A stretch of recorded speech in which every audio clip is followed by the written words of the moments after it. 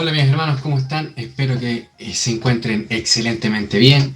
Aquí continuamos con el estudio de los instrumentos o las herramientas de juicio que estamos trabajando en el instituto. Y vamos a continuar entonces con la segunda herramienta. Ya vimos la introducción anteriormente, ¿no? La presentación del estudio.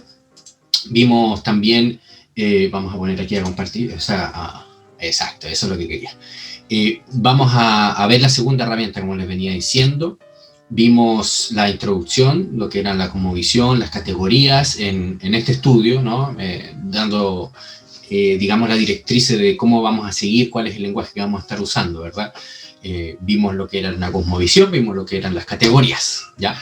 Y la primera herramienta que analizamos fue con herramienta queremos decir instrumento de juicio que tenemos en nuestras mentes, en nuestros análisis, que usamos para juzgar todas las cosas, ¿no? Remito al video anterior para recordar, o si no lo han visto, ver cuáles son los términos de este estudio, ¿no? Vimos el primer instrumento que era creador-criatura. Y ahora vamos a ver el segundo instrumento, ¿no? El segundo instrumento que está muy relacionado a este. Vamos a ver que están muy interconectados, porque por supuesto la cosmovisión cristiana está conectada orgánicamente en todos sus puntos, en todas sus bases, ¿verdad? No es que tenemos aquí cajas separadas, no, vamos a ver que están relacionadas, muy, muy relacionadas ambas. Vamos a ver en este estudio la trascendencia y la inmanencia de Dios, haciendo uso de esta idea, de este concepto, como un instrumento para juzgar, ¿no? Al mismo tiempo que lo vamos a estudiar, ¿no? Vamos a estar estudiando. Es interesante, estuve revisando algunas teologías sistemáticas en español y no aparece un apartado que trate de forma particular esta doctrina fundamental, que es la trascendencia y la inmanencia de Dios. Se hace por vía de los atributos de Dios. Se habla de los atributos comunicables y los incomunicables, y también se habla de su providencia, sí, pero no he visto, a lo mejor hay, pero no he visto un tratado de teología en español que trate esto de manera, digamos, directa, ¿no? La trascendencia y la inmanencia. Y esto es fundamental para nuestro propósito aquí, ¿no? Y para la vida cristiana, por supuesto, para el juicio, el juzgar, ¿no? Vamos a empezar entonces a desmenuzar esto. ¿Qué queremos decir con trascendencia y con inmanencia? ¿Y por qué están las dos cosas en una sola? ¿No? ¿Por qué? Con trascendencia queremos señalar que Dios es completamente, absolutamente, ¿no? Totalmente otro en su ser y está más allá de lo creado. Ya, aquí a lo mejor puede ser redundante, pero lo importante es que quede claro, ¿no? Que Dios es absolutamente otro, no tiene nada que ver, ¿no? Su ser no comparte nada en absoluto con la creación. Esto a lo mejor le estará sonando al instrumento anterior, ¿no? Que hemos estado analizando, creador-criatura, ¿verdad? Por eso que les digo que está más o menos relacionado. Entonces, en ese sentido, Dios es totalmente trascendente, es totalmente otro, está más allá, es superior en todo, en absolutamente todo, y no puede, por supuesto, ser manipulado en absolutamente nada, ¿no? Esto queremos decir con que Dios es trascendente, ¿no? Que es completamente otro en su ser y está más allá de lo creado. Es inaccesible a la criatura, ¿verdad? Por eso es que es como dos caras de la misma moneda, ¿verdad? Con inmanencia queremos señalar que Dios sostiene, gobierna y dirige en su providencia a la creación personalmente a través de su omnipotencia y omnipresencia, ¿no? Y aquí quiero hacer hincapié en la idea de la omnipotencia, en la idea de la gloria de Dios, en la idea del poder de Dios, ¿no? Y de su gobierno absoluto. ¿Por qué están las dos cosas unidas? ¿Por qué trascendencia e inmanencia al mismo tiempo? ¿No? ¿Por qué no tratamos aparte? Porque estas dos cosas señalan una verdad fundamental en la cosmovisión cristiana y en la realidad, ¿no? Que es que Dios, al ser único, todopoderoso, trascendente, ¿no? Su poder no lo comparte, ¿no? Ni lo entrega, sino que Él es celoso de su poder, ¿no? De su gloria, ¿no? de su poderío, de su majestad, ¿no? De su gobierno absoluto. Y en ningún momento ese gobierno absoluto o ese poder absoluto es compartido con nadie, ¿no? Entonces, ¿por qué? queremos usar trascendencia e inmanencia al mismo tiempo, porque esto señala específicamente esta realidad, que el poder, que la gloria, ¿no? Pertenecen a Dios. Eso podríamos estar completamente segurísimos los cristianos, ¿no? Pero este instrumento nos va a ayudar a juzgar cualquier pretensión de gloria, cualquier pretensión de poder, ¿no? De monopolio, podríamos decirlo en lenguaje moderno, ¿no? El famoso monopolio, el monopolio del gobierno que quiere tener el Estado. Entonces, con el poder, con el gobierno, solo lo puede monopolizar Dios, porque es el único digno que tiene ese poder, ¿verdad? El único que puede decir que Él es el que tiene el poder absoluto y la gloria absoluta, ¿no? Entonces, cuando pensamos en el poder, en términos absolutos, cuando pensamos en el gobierno en términos absolutos, ¿no? La gloria en términos absolutos, la majestad en términos absolutos, ¿no? La soberanía, en otras palabras, podríamos decirlo también, la soberanía, pues cuando se nos habla de esos términos, nosotros vamos a tener estas herramientas para poder juzgar aquello que se nos está presentando, ¿no? Cuando alguien viene a hablarnos acerca de la soberanía, del poder, del gobierno, tenemos ya este instrumento, ¿no? Cuando nos empiezan a hablar que el gobierno y la soberanía pertenecen al Estado. No, espéreme ahí, ¿no? La trascendencia y la inmanencia pertenecen solo a Dios y Dios no la comparte. Cuando Dios gobierna este mundo, lo hace de manera inmanente. Eso queremos decir, que está cercano aquí, ¿no? Que se involucra con la creación y la gobierna, la sustenta, ¿no? La dirige, pero de manera inmanente y al mismo tiempo de forma trascendente. Que queremos decir que Él personalmente lo hace. No es que le entrega gloria, poder absoluto a ninguna criatura. ¿Me entiendes? No es que le entrega esa gloria, ese poder absoluto a una criatura para que esa criatura lo administre de manera inmanente. ¿Me entiendes? Es por eso que ningún gobierno, ninguna persona, ningún individuo, ninguna corporación puede, ni tiene la facultad, ni nada, o sea, esto es imposible, de reclamar la inmanencia, ¿no? Claro, a día de hoy no se habla en este lenguaje cuando se reclama la inmanencia, ¿no? No se habla en lenguaje teológico, sino que se habla en lenguaje, digamos, humanista, secular, ¿no? Tratando de desligarse de la religión cristiana, imponiendo otra religión al fin y al cabo. Entonces lo que hacen los humanistas o los estados es hablar en otro lenguaje, proclamar la soberanía, proclamar digamos, por ejemplo, en Chile se proclama el unitarismo, que la administración del gobierno o el gobierno en sí mismo está monopolizado en una sola agencia en todo el territorio. En Estados Unidos se podrá decir que no hay unitarismo, sino que hay pluralismo, ¿no? Distintos estados.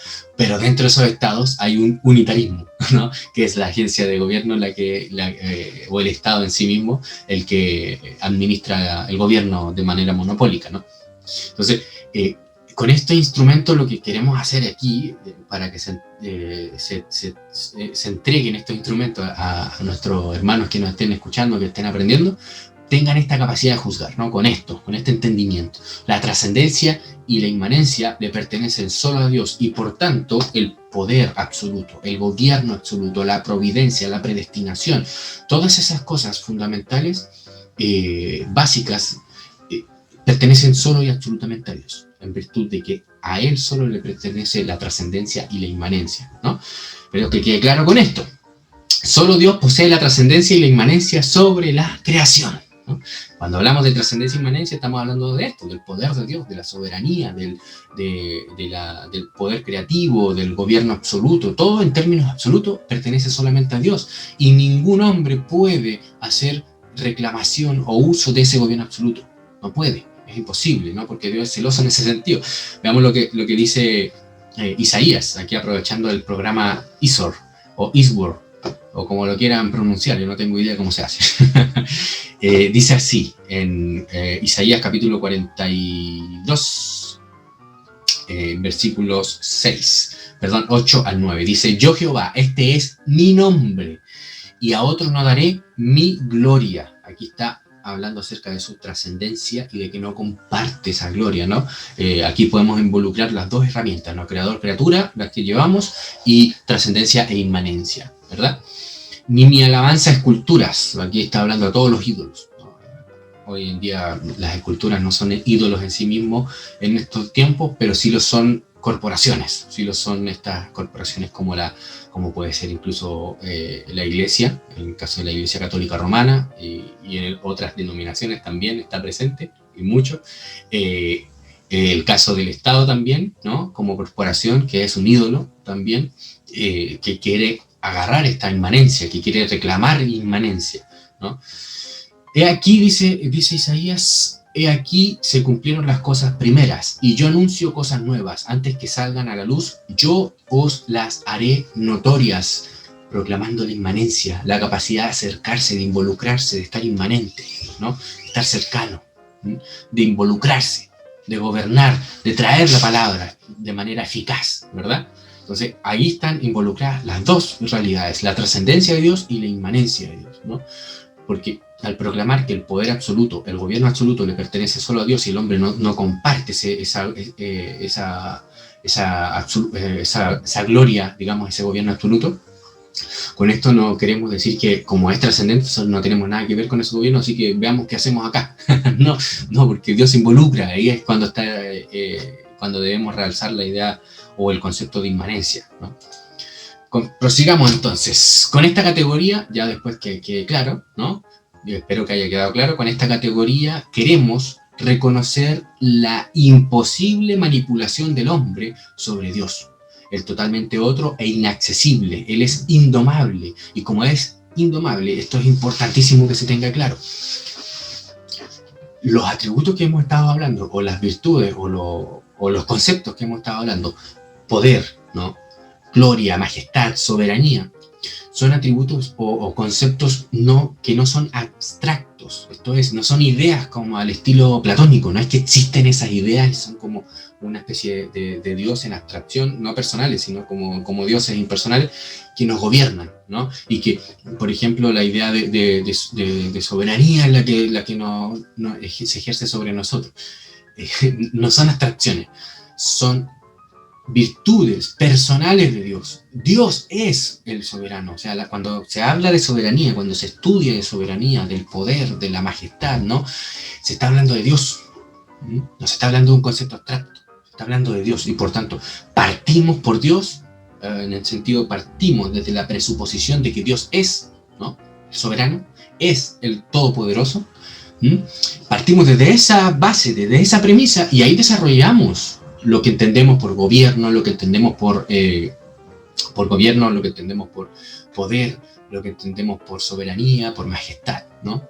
Desde ahí, esa es la base del conocimiento cristiano, parte desde ahí, ¿verdad? Entonces, es importantísimo entender esto, que cuando se habla de gobierno, de soberanía, no se está hablando de temas abstractos en independencia de Dios.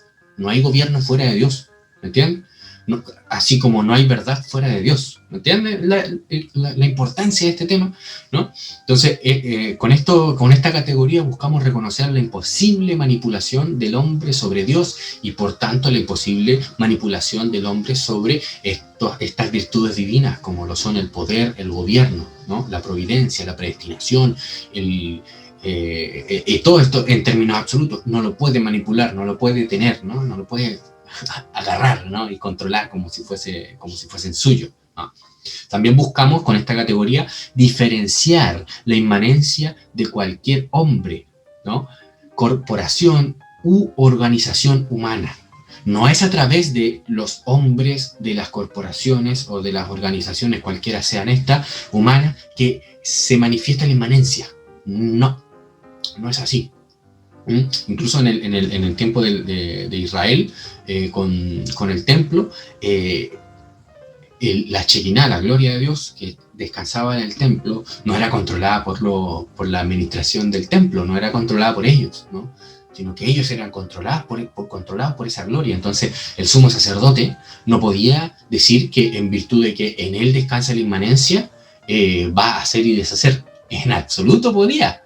De hecho, debía entrar con temor al lugar santísimo, ¿no? Una vez al año, y como sabemos, tenían que tenerlo con cuerdas porque podía morir en el intento debido a estar en condición de inmundicia, ¿no?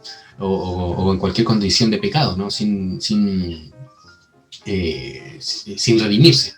Entonces, vemos que no podían controlarlo en absoluto, ¿no? La gloria de Dios es indomable, porque es Dios mismo, ¿no? La Shekinah, que descansaba en el templo por voluntad de Dios, no por voluntad de los hombres, por voluntad de Dios, era indomable, no podía ser controlada, ¿no? Eso es lo importante, lo que debemos diferenciar, esa inmanencia de cualquier individuo, cualquier corporación, ¿no? Del Estado, de la iglesia, de la familia, de la escuela, de la universidad, etc. Debemos separarlos, no tienen nada que ver, o sea, no se pueden mezclar, porque Dios no puede mezclarse con la creación en su esencia, ¿no? Pero sí se involucra, ¿no? Siendo completamente otro, pero se involucra. Por eso es que con esta categoría buscamos diferenciar la inmanencia de cualquier hombre, corporación u organización. El hombre y sus corporaciones o sociedades no poseen nunca inmanencia, nunca la controlan, es Dios solamente, que es celoso de su gloria. Y por último, con esta categoría queremos clasificar a Dios como único, trascendente e inmanente a su creación, y clasificar como blasfemia cualquier prerrogativa o reclamación de trascendencia o inmanencia por parte de la criatura, ¿no? Ya con trascendencia como que no es tanto el problema, ¿verdad? Cuando el Estado, por ejemplo, que es lo que más hoy en día reclama divinidad, no proclama sobre sí la trascendencia, ¿no? De irse, de ser otro, completamente otro de este mundo, ¿no? No, porque es como sonaría ridículo e imposible, ¿no? Pero también es ridículo e imposible proclamar la inmanencia. Pero ¿qué es lo que se hace? Se elimina la idea de Dios, ¿no? Como presupuesto, como fundación, como premisa básica, fundacional, se elimina y por tanto queda mera inmanencia. Y por tanto el poder emerge de abajo, ¿no? Y el Estado, ¿qué es lo que reclama? Un poder absoluto que emerge de abajo, ¿no? Y para poder mantenerlo, como no tiene trascendencia, ¿no? Como no tiene un poder verdadero, soberano, omnipotente, lo que debe hacer es mantenerlo a través de la brutalidad, ¿no? A través de la coerción, a través del parasitismo, porque el Estado vive gracias a que nos chupa la sangre, literalmente, ¿no? Y por tanto necesita constantemente ejercer esa brutalidad para poder existir, para poder ser, ¿no? Una vez que los idólatras, los seres humanos que estamos aquí bajo Estado soberano, dejemos de tener fe en el Estado, dejemos de creerle, va a perder toda su fuerza, porque es imposible que un ídolo se mantenga sin que haya idólatra, ¿no? Que los ídolos nada son, y el Estado no es nada, no es nada más que una idea que ha sido metida en nuestra cabeza y, por supuesto, hay que eliminar este instrumento, ¿verdad? Este instrumento de la trascendencia y la inmanencia de Dios. Hay que eliminar el cristianismo y la idea de Dios para poder sostener la idea del Estado, como se entiende hoy en día, la idea del Estado moderno, el Estado soberano, ¿ya?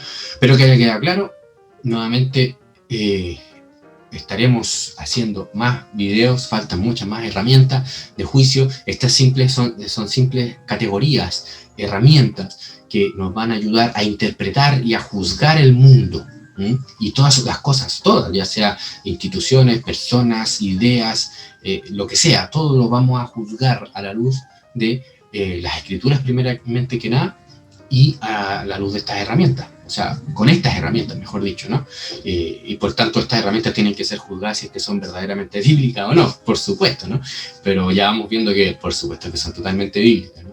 Y con ella es que vamos a estar trabajando en este mundo para juzgarlo, para dominarlo, para ejercer dominio sobre toda la creación.